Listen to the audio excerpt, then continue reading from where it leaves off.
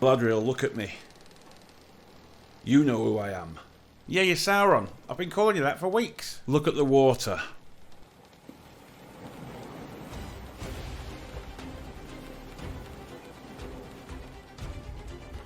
Oh, very clever. Tell me you're Sauron without telling me you're Sauron. I have a very terrible secret. Have you been drinking? We all know.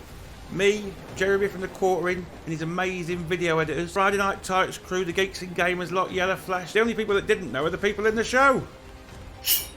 Now, let's cut to the chase, because you, my friend, are going to get yourself a bit of the old ice troll treatment. Come on then. You want some? Bring it. You want some? Yes!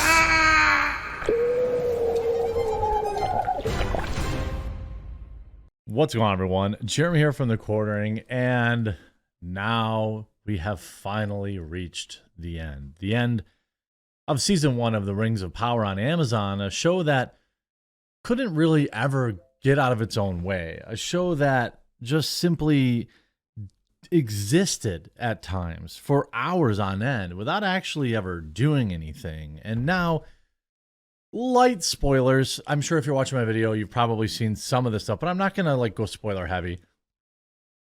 Basically, everything we knew was going to be the truth ended up being the truth. And we also learned that everything in the entire Rings of Power, like lore, everything good, everything bad, is exclusively because of Galadriel. I'm not kidding.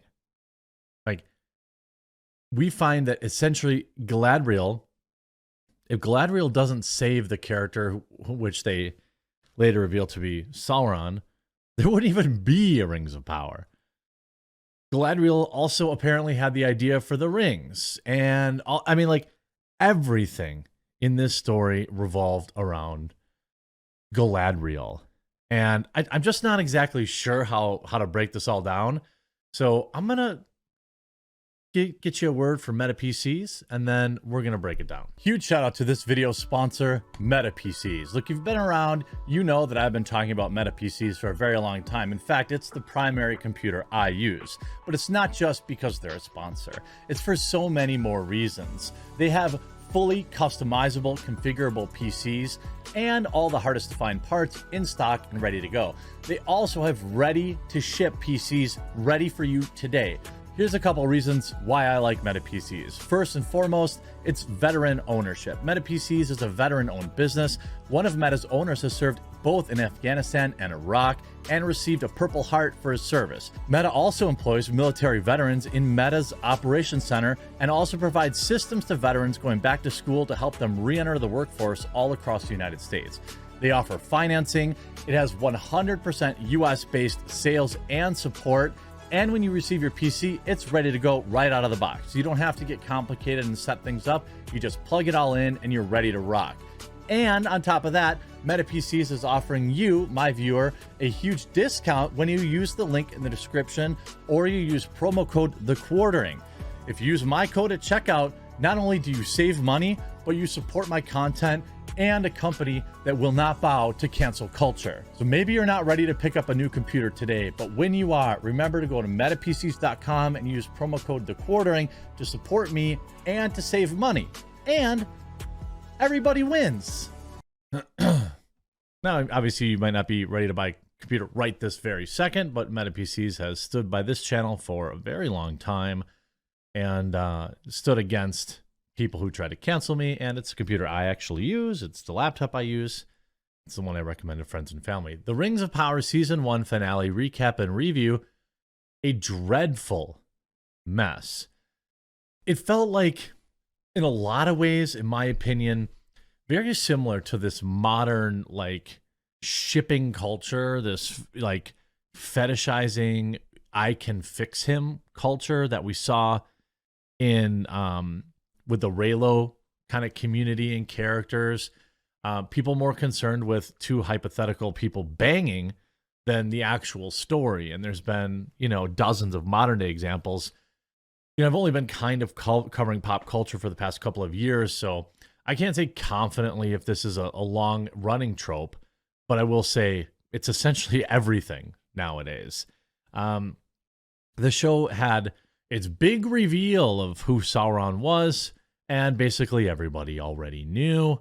It was not a twist at all. Massive fail on that. Of course, the wizard is Gandalf. They won't say Gandalf because they can't literally call him Gandalf, but it is Gandalf. And even though the wizards aren't supposed to be there during this era, and surprise, surprise, surprise, they essentially turned Sauron into an incel. And, oh yeah, Nazguls are girls now. I mean, like, you probably think, like, bruh, you're making this up. Like, you're, like, taking every shortcut SJW tactic. No. Watch it. Watch it. It's Galadriel's fault that Sauron lives. It's Galadriel's fault and behind the rings. And they turned Sauron into an incel, essentially setting up incel rage that leads to The Lord of the Rings. This by Eric Kane over on Forbes. The Rings of Power has wrapped up its first season. All I can say is shame on everyone who had a hand in this travesty. I have never seen an adaptation of major work so badly abused and fundamentally altered, so disrespectfully handled as the creators of the Rings of Power have treated The Lord of the Rings. Tolkien's creation barely shines through this dreck. By the way, it could be up to 2 years until we get a season 2. Is anyone even going to remember the show in 2 years? I gave the show a chance. I went with low expectations. For a moment, was charmed by what I saw, but quickly the cracks began to show, and the story and its heroes. Of Mithril, the show is most certainly not crafted. Mithril. I'll try to parse through everything that went wrong with the whole first season and the future piece. But for now, let's look at the travesty that the season finale was. Nearly everything that could have gone wrong has done so. Even my worst fears about the show's quality could not match what we were actually given. On Strangers and Red Herrings. The episode opens to a stranger wandering his way through the verdant forest when someone startles him and he drops his apple. He chases after this mysterious person, discovers not that it's Nori, only it's not that Nori. The person he thought was Nori, for all of 2 seconds, immediately shapeshifts into the head witch, making us all wonder what the point of transforming into Nori even was to begin with, since he didn't even spot that it was her until that very moment, but okay. The other witch's approach to reveal to him that he's Sauron. This might fool some viewers, I suppose, but it's very obvious that this is all just a ruse to trick viewers into thinking that the question has been answered, in the opening 5 minutes no less, so that they don't have to pay much attention to what the left hand is doing. I mean, they've written this show for people who have never read Tolkien lore, and like even somebody like myself who is not a hardcore lore expert but understands the basics of Tolkien, it's not for us. Because most people are like, what? I mean, people with a 70 IQ that watch this show are not surprised by any of its twists and turns. Some of the other comments. So I don't want to read his whole article. I think you should read his article because Eric Kane has done very, very good work during the covering The Lord of the Rings. And I don't also want to go into like hardcore spoilers. And you know, he talks many long farewells. You know, I think, is the show redeemable at this point? No, I don't think so. It was bad enough that Guy Ladriel was like butchered as a character and so unlikable, but they like quadrupled down on it in the finale to, I'm not kidding you when I say, make her responsible for everything that has ever happened. Quarter Black writes, Galadriel is so dumb. After she convinces Sauron to retake Mordor, she helps create Mordor. And then, after a single phrase, she instantly thinks there's something up with Sauron. Because a completely different character said the same phrase, and now Celebrimbor said it. What? And you see, like, I thought the reflection reveal was kind of cool, to be honest with you. Like, I am not, like, There are peanuts in this turd, okay? There are. But, like, are you going to sit there for an hour and a half to get them? I don't think so.